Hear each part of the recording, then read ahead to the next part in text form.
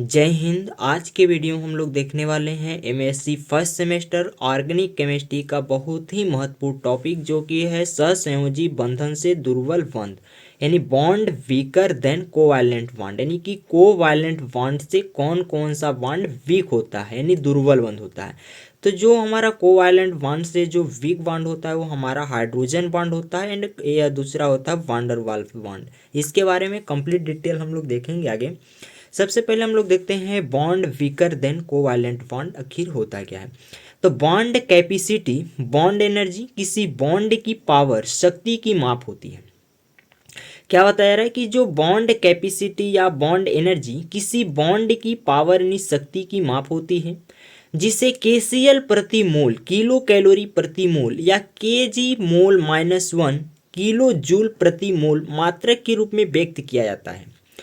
Covalent bond, hydrogen bond and van der Waals force की आकर्षण ऊर्जा के मान क्रमशः 200 से 8400, 10 से 40 एंड 2 से 20 केजी होते हैं। यानी जो कोवैलेंट बॉन्ड होता है इसकी जो आकर्षण ऊर्जा का मान होता है 200 से 8400 तक होता है। हाइड्रोजन बॉन्ड का जो आकर्षण ऊर्जा का मान होता है वह 10 से 40 होता है and van der Waals force की जो आकर्षण ऊर्जा का मान होता है 2 से 20 केजी होते हैं, जिससे स्पष्टतः प्रदर्शित होता है कि कोवैलेंट बॉन्ड जो है बॉन्ड से वीकर, यानी जिससे स्पष्टतः प्रदर्शित होता है कि जो कोवैलेंट बॉन्ड होता है उससे weaker hydrogen and hydrogen bond से वीकर वान डेर वाल्स फोर्स होता है। क्या बता रहा है कि जो कोवैलेंट बॉन्ड है उससे वीक बॉन्ड जो है हाइड्रोजन बॉन्ड होता है और हाइड्रोजन बॉन्ड से वीक जो होता है वो वान डेर वाल्स फोर्स होता है। कोवैलेंट बॉन्ड से वीक बॉन्ड दो टाइप्स के होते हैं। पहला होता है हमारा हाइड्रोजन बॉन्ड और दूसरा होता है वान डेर वाल्स बॉन्ड या फोर्स कह सकते हैं इसको। इसके बारे में हम लोग एक एक करके कंप्लीट डिटेल में जानकारी देखेंगे जो कि लॉन्ग क्वेश्चन में अक्सर पूछा जाता है। सबसे पहले हम लोग देखते हैं हाइड्रोजन बॉन्ड के बारे में कंप्लीट जानकारी। तो सबसे पहले हम लोग देखते हैं हाइड्रोजन बॉन्ड्स। हाइड्रोजन बॉन्ड कमजोर बॉन्ड होता है। क्या बताया जा रहा है कि जो हाइड्रोजन बॉन्ड होता है वो कमजोर बॉन्ड होता है जब हाइड्रोजन एटम किसी प्रबल ऋण विद्युतीय एटम जैसे कि फ्लोरीन, ऑक्सीजन, नाइट्रोजन से अभिक्रिया करते हैं तो वीक बॉन्ड का निर्माण फॉर्मेशन होता है और इस वीक बॉन्ड को ही हम हाइड्रोजन बॉन्ड कहते हैं। यहाँ यह बताया गया कि जो हाइड्रोजन बॉन्ड होता है वह कमजोर यानी कि वीक बॉन्ड होता है जब हाइड्रोजन एटम किसी प्रबल ऋण विद्युतीय जैसे कि फ्लोरीन, ऑक्सीजन, नाइट्रोजन से अभिक्रिया करते हैं तो वीक बॉन्ड का निर्माण होता है यानी फॉर्मेशन होता है। इस वीक बॉन्ड को ही हम हाइड्रोजन बॉन्ड कहते हैं। एक मॉलिक्यूल के हाइड्रोजन एटम तथा दूसरे किसी समान अथवा भिन्न प्रकार के अणु या मॉलिक्यूल के इलेक्ट्रोनेगेटिव एटम के बीच आकर्षण बल को हाइड्रोजन बॉन्ड कहते हैं। यह दूसरा डेफिनेशन हम लोग देखते हैं कि एक मॉलिक्यूल के हाइड्रोजन एटम तथा दूसरे किसी समान अथवा भिन्न प्रकार के अणु या मॉलिक्यूल के इलेक्ट्रोनेगेटिव एटम के बीच आकर्षण बल को हाइड्रोजन बॉन्ड कहते हैं। अथवा हम इसको लिख सकते हैं कि कोवैलेंट बॉन्ड से जुड़े हाइड्रोजन एटम के द्वारा किसी अन्य इलेक्ट्रोनेगेटिव एटम से बना अतिरिक्त बॉन्ड हाइड्रोजन बॉन्ड कहलाता है। क्या बताया कि जो कोवैलेंट बॉन्ड है इससे जुड़े हाइड्रोजन एटम के द्वारा किसी अन्य इलेक्ट्रोनेगेटिव एटम से बना अतिरिक्त बॉन्ड जो है हाइड्रोजन बॉन्ड कहलाता है। जब हाइड्रोजन एटम किसी स्ट्रॉन्ग इलेक्ट्रोनेगेटिव एटम जैसे कि फ्लोरीन, ऑक्सीजन, नाइट्रोजन, सल्फर आदि से कोवैलेंट बॉन्ड के द्वारा जुड़ा रहता है। क्या बताया जा रहा है कि जब हाइड्रोजन एटम किसी स्ट्रॉन्ग इलेक्ट्रोनेगेटिव एटम जैसे कि फ्लोरीन, ऑक्सीजन, नाइट्रोजन, सल्फर आदि से कोवैलेंट बॉन्ड के द्वारा जुड़ा रहता है तब कोवैलेंट बॉन्ड के साझे का इलेक्ट्रॉन पेयर यानी युग्म अधिक इलेक्ट्रोनेगेटिव एटम की ओर खिसक जाता है, जिससे हाइड्रोजन एटम पर आंशिक पॉजिटिव चार्ज और स्ट्रॉन्ग इलेक्ट्रोनेगेटिव एटम पर आंशिक नेगेटिव चार्ज उत्पन्न हो जाता है। क्या बताया गया है कि जब हाइड्रोजन एटम किसी स्ट्रॉन्ग इलेक्ट्रोनेगेटिव एटम जैसे कि फ्लोरीन, ऑक्सीजन, नाइट्रोजन, सल्फर आदि से कोवैलेंट बॉन्ड के द्वारा जुड़ा रहता है तब कोवैलेंट बॉन्ड के साझे का इलेक्ट्रॉन पेयर युग्म अधिक इलेक्ट्रोनेगेटिव एटम की ओर खिसक जाता है, जिससे हाइड्रोजन एटम पर आंशिक पॉजिटिव चार्ज और स्ट्रॉन्ग इलेक्ट्रोनेगेटिव एटम पर आंशिक नेगेटिव चार्ज उत्पन्न हो जाता है। इस कारण ऐसा हाइड्रोजन एटम किसी दूसरे मॉलिक्यूल के हाईली इलेक्ट्रोनेगेटिव के साथ एक दूसरा बॉन्ड बना लेता है। इसे हम बॉन्ड को हम हाइड्रोजन बॉन्ड कहते हैं। इस कारण ऐसा हाइड्रोजन एटम किसी दूसरे मॉलिक्यूल के हाईली इलेक्ट्रोनेगेटिव के साथ एक दूसरा बॉन्ड बना लेता है। ऐसे बॉन्ड को हम हाइड्रोजन बॉन्ड कहते हैं। हाइड्रोजन बॉन्ड को हम डॉट डॉट के डॉटेड लाइन से प्रदर्शित करते हैं, जबकि जो कोवैलेंट बॉन्ड होता है उसको हम डैश से प्रदर्शित करते हैं। क्या बताया कि जो हाइड्रोजन बॉन्ड होता है उसको हम लोग डॉटेड लाइन से दर्शाते हैं और प्रदर्शित करते हैं, जबकि कोवैलेंट बॉन्ड होता है उसको हम डैश से प्रदर्शित करते हैं। यह टू कोवैलेंट बॉन्ड के बीच एक सेतु यानी ब्रिज का कार्य करता है। क्या बता रहा है कि जो हाइड्रोजन बॉन्ड होता है यह टू कोवैलेंट बॉन्ड के बीच में एक सेतु ब्रिज का कार्य करता है, इसलिए हाइड्रोजन बॉन्ड को हाइड्रोजन ब्रिजिंग भी कहते हैं। कभी कभी एग्जाम में आपको हाइड्रोजन ब्रिजिंग के नाम से भी दे दिया जाता है क्वेश्चन, आपको हाइड्रोजन बॉन्ड के बारे में ही लिखना होता है, जो कि लॉन्ग टाइप क्वेश्चन में अक्सर पूछा जाता है। इसका एग्जाम्पल हम लोग देखते हैं, जैसे कि निम्नलिखित उदाहरण में हम हाइड्रोजन एटम X और Y दो इलेक्ट्रोनेगेटिव एटम के साथ दो बॉन्ड के द्वारा जुड़ा है। क्या बताया जा रहा है कि हम उदाहरण को लेते हैं, जैसे हाइड्रोजन एटम यानी कि जो हाइड्रोजन एटम है दो, यानी हाइड्रोजन एटम X और Y दो X और Y दो इलेक्ट्रोनेगेटिव एटम के साथ दो बॉन्ड के द्वारा जुड़ा है, जिनमें से एक हाइड्रोजन बॉन्ड के द्वारा जुड़ा हुआ है। यह X और Y के मध्य हाइड्रोजन एटम सेतु ब्रिजिंग का कार्य कर रहा है। कुछ इस प्रकार से हाइड्रोजन और Y के बीच सेतु का ये जिसे एक कोवैलेंट बॉन्ड है और ये जो हमारा हाइड्रोजन बॉन्ड है, और यहाँ से यहाँ जो X और Y क्या है इलेक्ट्रोनेगेटिव एटम्स हैं। अब हम लोग देखते हैं condition of the hydrogen bonds, यानी कि क्या क्या कंडीशन होती हैं हाइड्रोजन बॉन्डिंग के लिए। तो जो सबसे पहला कंडीशन होता है वह है कि हाइड्रोजन बॉन्ड बनाने वाला हाइड्रोजन एटम, क्या बता रहा है कि जो हाइड्रोजन बॉन्ड बनाने वाला हाइड्रोजन एटम अत्यधिक इलेक्ट्रोनेगेटिव एटम जैसे फ्लोरीन, ऑक्सीजन, नाइट्रोजन से जुड़ा होना चाहिए। क्या बता रहा है कि यदि हाइड्रोजन बॉन्ड बनाना है तो हाइड्रोजन एटम को अत्यधिक इलेक्ट्रोनेगेटिव एटम जैसे कि फ्लोरीन, ऑक्सीजन, नाइट्रोजन से जुड़ा होना चाहिए। इसके लिए हाइड्रोजन बॉन्डिंग के लिए दूसरा कंडीशन यह है कि यह इलेक्ट्रोनेगेटिव एटम का आकार साइज छोटा होना चाहिए, यानी इलेक्ट्रोनेगेटिव एटम का आकार साइज छोटा होना चाहिए। उदाहरण के लिए नाइट्रोजन तथा क्लोरीन एटम की इलेक्ट्रोनेगेटिव बराबर है, परंतु क्लोरीन परमाणु का आकार नाइट्रोजन एटम से अधिक है, अतः क्लोरीन एटम से जुड़ा हाइड्रोजन सार्थक शक्ति वाला हाइड्रोजन बॉन्ड नहीं बना सकता है। थर्ड नंबर इसका कंडीशन है कि यह बॉन्ड अत्यधिक इलेक्ट्रोनेगेटिव एटम से जुड़े हाइड्रोजन एटम तथा किसी अन्य इलेक्ट्रोनेगेटिव एटम के मध्य बनता है। यानी जो हाइड्रोजन बॉन्ड होता है यह बॉन्ड जो है अत्यधिक इलेक्ट्रोनेगेटिव एटम से जुड़े हाइड्रोजन एटम तथा किसी अन्य इलेक्ट्रोनेगेटिव एटम के साथ मध्य बनता है। 4 नंबर कंडीशन है कि हाइड्रोजन बॉन्ड उन्हीं पोलर मॉलिक्यूल्स अणुओं में पाया जाता है जिनमें हाइड्रोजन उपस्थित होता है। क्या बताया जा रहा है कि जो हाइड्रोजन बॉन्ड उन्हीं पोलर मॉलिक्यूल अणुओं में पाया जाता है जिनमें हाइड्रोजन एटम उपस्थित यानी प्रेजेंट हो। 5 नंबर कंडीशन है कि जो हाइड्रोजन बॉन्ड की प्रबलता का क्रम निम्नानुसार पाया जाता है, सबसे ज़्यादा फ्लोरीन में, फिर ऑक्सीजन में, फिर नाइट्रोजन में। जैसे फ्लोरीन हाइड्रोजन, फ्लोरीन ऑक्सीजन, फिर यहाँ हाइड्रोजन बॉन्डिंग के द्वारा नाइट्रोजन हाइड्रोजन के साथ जुड़ा है, फिर नाइट्रोजन, इस प्रकार से हमारा हाइड्रोजन बॉन्डिंग होता है। हाइड्रोजन बॉन्ड एक वीक बॉन्ड होता है, इसकी जो बॉन्ड एनर्जी होती है वह 10 से 40 kg लगभग होता है, जबकि जो कोवैलेंट बॉन्ड की बॉन्ड एनर्जी होती है वो 200 से 8450 kg मोल प्रति होती है, 450 kg मोल होती है। अब हम लोग देखते हैं हाइड्रोजन बॉन्डिंग का एग्जाम्पल ऑफ हाइड्रोजन बॉन्ड। सबसे पहला एग्जाम्पल हम लोग देते हैं H2O, जो कि ऑक्सीजन के साथ दो हाइड्रोजन एटम जुड़े हुए हैं, ऑक्सीजन के साथ दो हाइड्रोजन एटम, और हाइड्रोजन और ऑक्सीजन में यहाँ हम लोग देख रहे हैं कि हाइड्रोजन बॉन्डिंग के द्वारा जुड़ा हुआ है। जो हाइड्रोजन होता है वह डेल्टा प्लस होता है और जो ऑक्सीजन होता है वो इलेक्ट्रोनेगेटिविटी होता है, तो जो डेल्टा माइनस से डिनोट करते हैं इसको।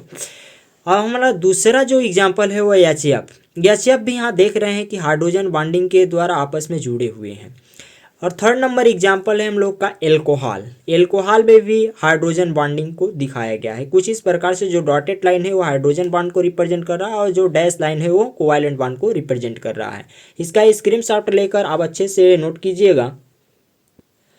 4 नंबर एग्जाम्पल है कार्बोक्सिलिक अम्ल के दो अणुओं में हाइड्रोजन बॉन्ड, जैसे कार्बन यानी कि कार्बोक्सिलिक अम्ल के दो अणुओं में हाइड्रोजन बॉन्ड, तो कुछ इस प्रकार से कार्बोक्सिलिक अम्ल के दो अणुओं में हाइड्रोजन बॉन्डिंग को कुछ इस प्रकार से रिप्रेजेंट किया गया है।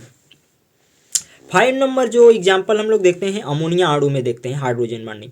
तो NH3 तो जो हाइड्रोजन और नाइट्रोजन के बीच में देख रहे हैं यहाँ कि हाइड्रोजन बॉन्डिंग है और ये जो डैश लाइन है ये कोवैलेंट बॉन्ड होता है। अब हम लोग देखते हैं टाइप्स ऑफ हाइड्रोजन बॉन्ड्स। कभी कभी एग्जाम में आपको हाइड्रोजन बॉन्ड देखकर शॉर्ट का टाइप क्वेश्चन में नोट लिखने के लिए दिया जाता है। इसमें कभी कभी आपको टाइप्स ऑफ हाइड्रोजन बॉन्ड के बारे में भी पूछता है। तो सबसे पहले हम लोग देखते हैं कि हाइड्रोजन बॉन्ड जो है 2 टाइप्स का होता है, यानी कि जो हाइड्रोजन बॉन्ड होता है वो 2 टाइप्स का होता है। पहला होता है इंटर मॉलिक्यूलर हाइड्रोजन बॉन्ड और दूसरा होता है इंट्रा मॉलिक्यूलर हाइड्रोजन बॉन्ड। इसके बारे में एक एक करके कंप्लीट डिटेल जानकारी हम लोग देखते हैं। पहला नंबर जो हमारा है इंटर मॉलिक्यूलर हाइड्रोजन बॉन्ड, अंतरा अणुक हाइड्रोजन बॉन्ड। जब मॉलिक्यूल एक दूसरे से हाइड्रोजन बॉन्ड से जुड़ा होता है तो उसे हम इंटर मॉलिक्यूलर हाइड्रोजन बॉन्ड कहते हैं। क्या बताया जा रहा है कि जब मॉलिक्यूल जो है एक दूसरे से हाइड्रोजन बॉन्ड से जुड़ा होता है तो उसे हम इंटर मॉलिक्यूलर हाइड्रोजन बॉन्ड कहते हैं। इसके अथवा में भी हम लिख सकते हैं परिभाषा और कि यदि हाइड्रोजन बॉन्ड दो भिन्न भिन्न मॉलिक्यूल्स के बीच में बनता है तो इसे हम इंटर मॉलिक्यूलर हाइड्रोजन बॉन्ड कहते हैं। क्या बताया गया कि यदि हाइड्रोजन बॉन्ड जो है दो भिन्न भिन्न मॉलिक्यूल्स के बीच में बनता है तो इसे हम इंटर मॉलिक्यूलर हाइड्रोजन बॉन्ड कहते हैं। कुछ एग्जाम्पल हम लोग इस प्रकार देते हैं। एच जो है इंटर मॉलिक्यूलर हाइड्रोजन बॉन्ड यहाँ रिप्रेजेंट किया गया है। फर्स्ट एग्जाम्पल एच में देख रहे हैं, एच और एफ कोवैलेंट बॉन्ड के द्वारा यहाँ जुड़ा हुआ है और जो एफ और हाइड्रोजन यहाँ देख रहे हैं कि हाइड्रोजन बॉन्डिंग के द्वारा जुड़ा है। ये कंटिन्यू आपका चलते रहता है।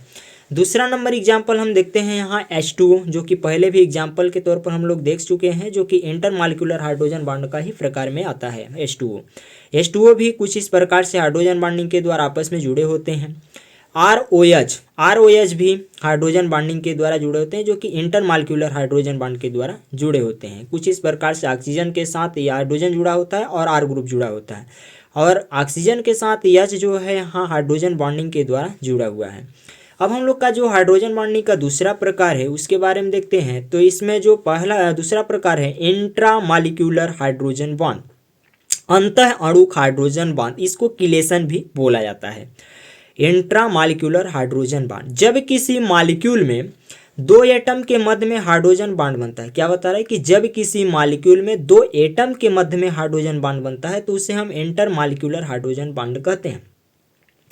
यानी जब किसी मॉलिक्यूल में दो एटम्स के मध्य में हाइड्रोजन बॉन्ड बनता है तो उसे हम इंट्रा मॉलिक्यूलर हाइड्रोजन बॉन्ड कहते हैं। एग्जाम्पल के तौर पर हम देखते हैं यहाँ फर्स्ट नंबर आर्थोनाइट्रोफिनॉल जो है दो एटम्स के मध्य में, एक फर्स्ट एटम ए है बेंजीन वाला और दूसरा हमारा ए है, इसके बीच में जो है हमारा हाइड्रोजन बॉन्डिंग दो एटम्स के बीच में यहाँ बन रहा है, जो कि हमारा इंट्रा मॉलिक्यूलर हाइड्रोजन बॉन्ड कहते हैं इसको। इंट्रा मॉलिक्यूलर हाइड्रोजन बॉन्डिंग का जो दूसरा एग्जाम्पल है उसमें हम लिखते हैं आर्थोहाइड्रॉक्सी बेंजल्डिहाइड जो है हाइड्रोजन और ऑक्सीजन के बीच यहाँ देख रहे हैं हाइड्रोजन बॉन्डिंग प्रेजेंट है। अब हम लोग देखते हैं evidence of the existence of hydrogen bond, यानी कि हाइड्रोजन बॉन्डिंग के लिए क्या क्या एविडेंस हैं इसके बारे में थोड़ा सा चर्चा करते हैं। तो हाइड्रोजन बॉन्ड के अस्तित्व को एक्स किरण विधि यानी एक्सरे मेथड के द्वारा औरक्त इंफ्रारेड स्पेक्ट्रमी की इंफ्रारेड स्पेक्ट्रोस्कोपी द्वारा पुष्टि किया जा चुका है। अतः इन विधियों से हाइड्रोजन बॉन्ड की पहचान हुई। क्या बता रहा है कि जो एविडेंस है इसका, जो हाइड्रोजन बॉन्ड के अस्तित्व को एक्स किरण विधि के द्वारा यानी एक्सरे मेथड के द्वारा औरत इंफ्रारेड स्पेक्ट्रमी यानी इंफ्रारेड स्पेक्ट्रोस्कोपी के द्वारा पुष्टि किया जा चुका है। अतः इन विधियों से हाइड्रोजन बॉन्ड की पहचान हो जाती है। अब हम लोग देखते हैं बहुत ही इंपॉर्टेंट, जो कि ये effect of hydrogen bonding on the properties of the compounds, यानी कि हाइड्रोजन बॉन्डिंग को प्रभावित करने वाले कारक, यानी क्या क्या इफेक्ट हैं हाइड्रोजन बॉन्ड को प्रभावित करने वाले। हाइड्रोजन बॉन्ड अनेक ऑर्गेनिक कंपाउंड व इनऑर्गेनिक कंपाउंड जैसे NH3, HCN, H2O, H2O2, KHF2, C2H5OH, H3BO4, आदि में पाया जाता है। यह इनके अनेक फिजिकल व केमिकल प्रॉपर्टीज हैं जैसे क्वथनांक, विलयता आदि को इफेक्ट करता है। सबसे पहला इसमें जो इफेक्ट है वह है फिजिकल स्टेट। क्या है? Physical state. हाइड्रोजन बॉन्ड युक्त कंपाउंड सामान्यतः लिक्विड स्टेट में होते हैं। क्या होता है कि जो हाइड्रोजन बॉन्ड युक्त जो कंपाउंड होते हैं सामान्यतः लिक्विड स्टेट में होते हैं। जैसे H2O लिक्विड स्टेट में होता है, जबकि जो H2S होता है वो गैस स्टेट में होता है। सेकेंड नंबर का जो लिखते हैं हम लोग melting and the boiling point. Melting and boiling point भी हाइड्रोजन बॉन्डिंग को इफेक्ट करता है। यानी इंटरमॉलिक्यूलर हाइड्रोजन बॉन्ड में बॉइलिंग पॉइंट और मेल्टिंग पॉइंट अधिक होता है और इंट्रामॉलिक्यूलर हाइड्रोजन बॉन्ड में बॉइलिंग पॉइंट व मेल्टिंग पॉइंट कम होता है। थर्ड नंबर जो हम लोग देखते हैं पॉइंट वो है विलयता यानी सोलुबिलिटी। जिन मॉलिक्यूल में हाइड्रोजन बॉन्ड बनाने की क्षमता होती है वे H2O जल में आसानी से घुल जाते हैं। क्या बताया रहा है कि जिन मॉलिक्यूल में हाइड्रोजन बॉन्ड बनाने की क्षमता होती है वे H2O जल में आसानी से घुल जाते हैं। एग्जाम्पल के तौर पर हम लोग देखते हैं यहाँ एल्कोहल, अमोनिया, कार्बोक्सिलिक अम्ल इंटरमॉलिक्यूलर हाइड्रोजन बॉन्ड के कारण H2O में आसानी से घुल जाते हैं। क्या होता है कि जो एल्कोहल, अमोनिया, कार्बोक्सिलिक अम्ल इंटरमॉलिक्यूलर हाइड्रोजन बॉन्ड के कारण H2O में आसानी से घुल जाते हैं। कुछ इस प्रकार से इसका फार्मूला होता है स्ट्रक्चर में। कुछ इस प्रकार से ऑक्सीजन के साथ R ग्रुप और हाइड्रोजन जुड़ा है, फिर ऑक्सीजन के साथ हाइड्रोजन बॉन्डिंग के द्वारा हाइड्रोजन, इस प्रकार से हमारा कुछ जुड़ा रहता है। 4 नंबर पॉइंट में लिखते हैं हम लोग उच्च श्यानता हाई विस्कोसिटी। हाइड्रोजन बॉन्ड के कारण गिल्फेरॉल जैसे CH2OH, CH2OH एक गिल्फेरॉल का फार्मूला होता है कि विस्कोसिटी वाटर अथवा एल्कोहल की अपेक्षा अधिक होती है। गिल्फेरॉल में 3 OH ग्रुप होने के कारण प्रत्येक मॉलिक्यूल अनेक हाइड्रोजन बॉन्ड बना सकता है। इस कारण गिल्फेरॉल के अणु में परस्पर आकर्षण अपेक्षाकृत बहुत अधिक होता है, जिससे इसके अणु पास आ जाते हैं। फलस्वरूप गिल्फेरॉल जल व एल्कोहल की अपेक्षा अधिक गाढ़ा या विस्किस होता है। क्या होता है कि जो फलस्वरूप गिल्फेरॉल जो होता है जल व एल्कोहल की अपेक्षा अधिक गाढ़ा या विस्किस होता है।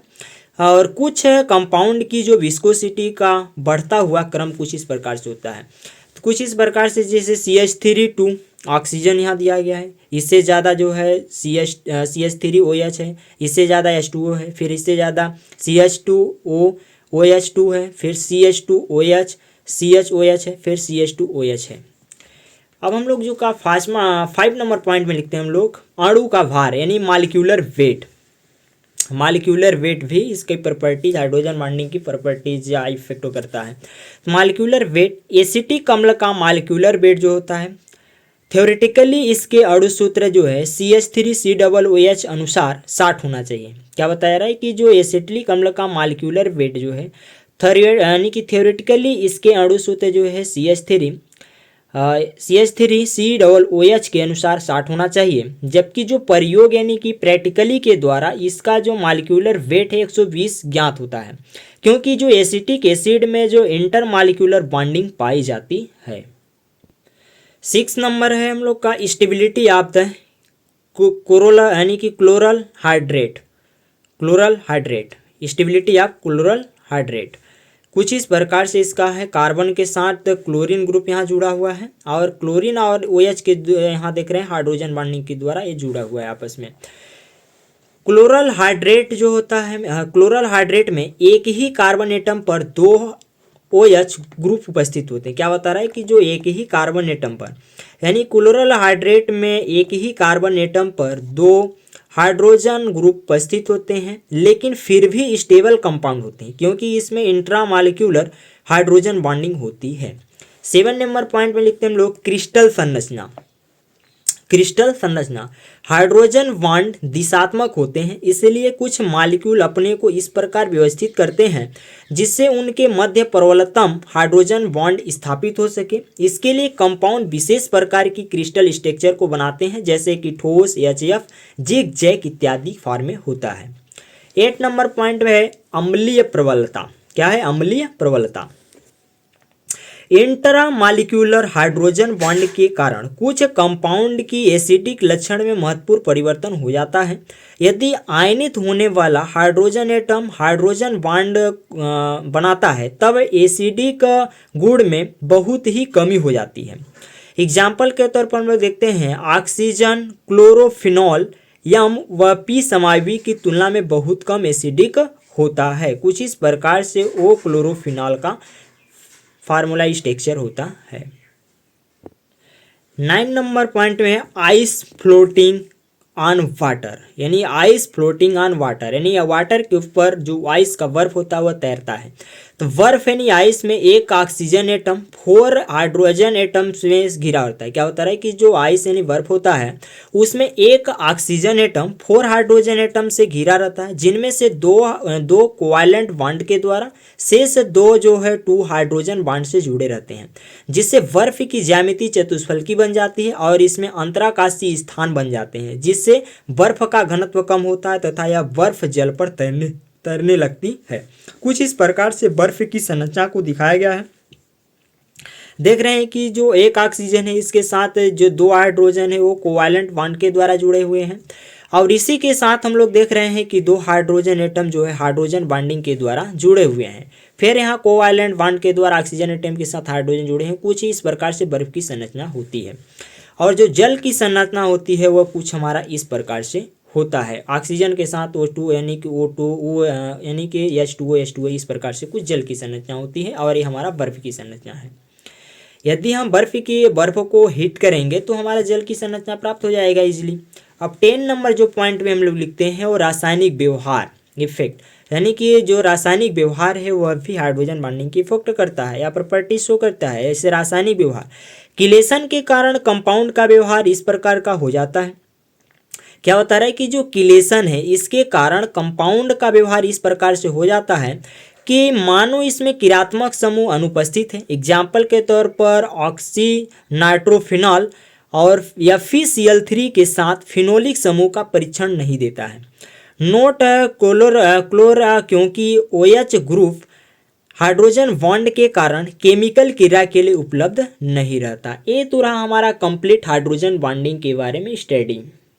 अब हम लोग का जो दूसरा पॉइंट रहने वाला है वह है वांडर वाल्स बल, यानी वांडर वाल्स फोर्स। क्योंकि हम लोग पढ़ रहे हैं कोवैलेंट बॉन्ड से वीक बॉन्ड, जो कि 2 होता है, एक हाइड्रोजन बॉन्ड होता है और हाइड्रोजन बॉन्ड से भी वीक बॉन्ड जो होता है वो हमारा होता है वांडर वाल्स फोर्स होता है।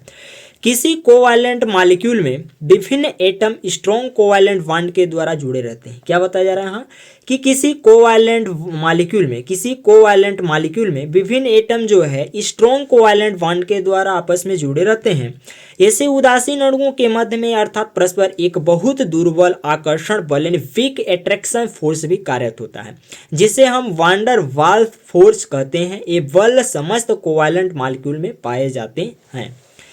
किसी पदार्थ में जैसे कि ठोस, द्रव या गैस के विभिन्न मॉलिक्यूल में परस्पर लगने वाले बल फोर्स को संसर्जक बल यानी कोहेसिव फोर्स या वांडर वाल्स बल कहते हैं। क्या बता रहा है कि किसी पदार्थ, ठोस, द्रव या गैस के विभिन्न मॉलिक्यूल में परस्पर लगने वाले बल यानी फोर्स को संसर्जक बल, कोहेसिव फोर्स या वांडर वाल्स बल कहते हैं। Van der Waals force hydrogen bond में भी दुर्बल होता है। क्या होता है कि जो हाइड्रोजन बॉन्ड होता है इससे भी दुर्बल हमारा वांडर वाल्स फोर्स होता है। वांडर वाल्स फोर्स जो है 3 प्रकार की अन्योन्य क्रियाओं इंटरेक्शंस के द्वारा उत्पन्न होता है। क्या होता है कि जो वांडर वाल्स फोर्स होता है वह 3 प्रकार की जो इंटरेक्शंस के द्वारा अन्योन्य क्रिया के द्वारा उत्पन्न होता है। इसमें सबसे पहला जो होता है वह डाइपोल या ओरिएंटेशन अट्रैक्शंस के द्वारा। दूसरा होता है डाइपोल इंडूसेड डाइपोल इंट्रैक्शन और या डिवाई फोर्स भी कहते हैं इसको। और थर्ड नंबर जो है इंस्टेंटनियस ताक्षणिक डाइपोल इंडूसेड डाइपोल इंट्रैक्शंस और या लैंडन फोर्स भी इसको कहते हैं। इसमें से सबसे पहला पॉइंट में हम लोग डिटेल से जानकारी लेते हैं। इन तीनों पॉइंट को हम लोग डिटेल्स आगे पढ़ रहे हैं। तो जो डाइपोल और ओरिएंटेशन अट्रैक्शन यानी डाइपोल और ओरिएंटेशन अट्रैक्शंस के द्वारा वांडर वाल्स फोर्स उत्पन्न होता है। ये बल ऐसे मॉलिक्यूल में पाए जाते हैं जिसमें परमानेंट डाइपोल मोमेंट होता है। क्या बता रहा है कि जो डाइपोल और द ओरिएंटेशन अट्रैक्शंस होता है ये बल जो है ऐसे मॉलिक्यूल में पाए जाते हैं जिसमें कि परमानेंट डाइपोल मोमेंट होता है। ये 2 डाइपोल के मध्य लगने वाला आकर्षण बल है। क्या बता रहा है कि यह 2 डाइपोल के मध्य लगने वाला आकर्षण बल है, जिससे कीजम फोर्स भी कहते हैं, क्योंकि इस प्रभाव का अध्ययन सबसे पहले कीजम नाम के वैज्ञानिक ने 1912 में किया था। यह मॉलिक्यूल जो है पोलर होते हैं, इनका स्थायित्व अधिक होता है। एग्जाम्पल के तौर पर हम देख सकते हैं H2O, NF3, NH3, SO2 इत्यादि होते हैं। कुछ इस प्रकार से हम इसको दर्शा सकते हैं। प्लस माइनस, माइनस प्लस होता है और प्लस माइनस, माइनस प्लस, कुछ इस प्रकार से हम लोग स्ट्रक्चर में शो कर सकते हैं। अब हम लोग का जो दूसरा रहने वाला है टॉपिक, जिसके द्वारा इंटरेक्शंस के द्वारा वान डेर वाल्स उत्पन्न होता है, वो है हमारा dipole induced dipole interaction or the Debye force भी इसको बोलते हैं। जब किसी डाइपोल को नॉन पोलर मॉलिक्यूल के समीप लाया जाता है, क्या होता है कि जब किसी डाइपोल को नॉन पोलर मॉलिक्यूल के समीप लाया जाता है तो वह non polar molecule polar molecule में बदल जाता है। जब किसी डाइपोल को हम नॉन पोलर मॉलिक्यूल के समीप में लाया जाता है तो वह नॉन पोलर मॉलिक्यूल जो होता है वो पोलर मॉलिक्यूल में बदल जाता है, जिसे इंड्यूस्ड डाइपोल मॉलिक्यूल कहा जाता है। जिसे क्या कहता है? इंड्यूस्ड डाइपोल मॉलिक्यूल कहा जाता है। डाइपोल तथा इंड्यूस्ड डाइपोल के मध्य लगने वाला बल क्या होता है कि जब डाइपोल तथा इंड्यूस्ड डाइपोल के मध्य लगने वाला बल dipole induced dipole attraction force कहलाता है। इसे डिवाई फोर्स भी कहते हैं। जैसे कुछ इस प्रकार से होता है, जैसे परमानेंट डाइपोल होता है प्लस माइनस, नॉन पोलर होता है यहाँ माइनस में, और इस परमानेंट डाइपोल कुछ इस प्रकार से माइनस प्लस, और इसमें इंड्यूस्ड जो डाइपोल होता है इसमें एक साइड में माइनस माइनस, एक साइड में प्लस प्लस होता है। और जो एसोसिएटेड डाइपोल होता है कुछ इस प्रकार से हमारा माइनस प्लस हो जाता है, 3 माइनस और 3 प्लस हो जाता है। कुछ इस प्रकार से इसको हम स्ट्रक्चर में शो कर सकते हैं। थर्ड नंबर पॉइंट में हम लोग देखते हैं लैंडन फोर्स। लैंडन फोर्स या इंड्यूस्ड डाइपोल इंट्रैक्शंस भी इसके कहते हैं। जब दो नॉन पोलर मॉलिक्यूल को समीप में लाया जाता है, क्या बताया रहा है कि जब दो नॉन पोलर मॉलिक्यूल को समीप में लाया जाता है तो दोनों non polar molecule polar molecule में बदल जाते हैं। जब यानी कि जब दो नॉन पोलर मॉलिक्यूल को समीप में लाया जाता है तो दोनों non polar molecule polar molecule में बदल जाते हैं, जिन्हें इंड्यूस्ड डाइपोल कहते हैं। इन दोनों इंड्यूस्ड डाइपोल मोमेंट मॉलिक्यूल में लगने वाला अट्रैक्शन फोर्स लैंडन फोर्स कहलाता है। जब दो नॉन पोलर मॉलिक्यूल को समीप में लाया जाता है तो दोनों non polar molecule polar molecule में बदल जाते हैं, जिन्हें हम इंड्यूस्ड डाइपोल कहते हैं। इन दोनों इंड्यूस्ड डाइपोल मॉलिक्यूल में लगने वाला जो बल होता है या फोर्स होता है उसको हम अट्रैक्शन फोर्स या लैंडन फोर्स कहलाता है। इसे परिकीर्णन बल अथवा ताक्षणिक बल भी कहते हैं। यह बल नॉन पोलर मॉलिक्यूल में भी होता है, जैसे कि उत्कृष्ट गैस हीलियम, नियान, आर्गन आदि में भी उत्पन्न होता है। कुछ इसको स्ट्रक्चर में हम लोग इस प्रकार से शो कर सकते हैं। Plus minus, minus plus, plus minus, minus plus, तो प्लस प्लस एक साइड कर देंगे और माइनस माइनस, या प्लस प्लस इस साइड या माइनस माइनस इस एक साइड। हम लोग देखते हैं इसके अलावा भी कुछ अदर इंट्रैक्शंस भी देखते हैं जिसके द्वारा वान डेर वाल्स फोर्स उत्पन्न होता है। पहला होता है ion dipole interaction. Ion dipole interaction किसी आयन तथा डाइपोल के बीच लगने वाला आकर्षण बल। क्या बता रहे? किसी आयन तथा डाइपोल के बीच लगने वाला आकर्षण बल को आयन डाइपोल अट्रैक्शन फोर्स कहते हैं। यह बल बेलियनों में पाया जाता है। एग्जाम्पल के तौर पर NaCl में देख सकते हैं। Plus plus minus, plus minus, plus minus plus, इस प्रकार से शो करते हैं। 5 नंबर देखते हैं हम लोग का आयन इंड्यूस्ड डाइपोल इंट्रैक्शन। जब किसी आयन व इंड्यूस्ड डाइपोल के मध्य में क्रिया, जब किसी आयन व इंड्यूस्ड डाइपोल के मध्य में क्रिया होती है तो उसे हम आयन इंड्यूस्ड डाइपोल इंट्रैक्शंस कहते हैं। कुछ इस प्रकार से हम लोग स्ट्रक्चर में शो कर सकते हैं। आज का टॉपिक बस इतना ही देखते हैं आज के टॉपिक में। नेक्स्ट मिलते हैं अगला टॉपिक के अंतर्गत। तब तक के लिए thanks for watching this video.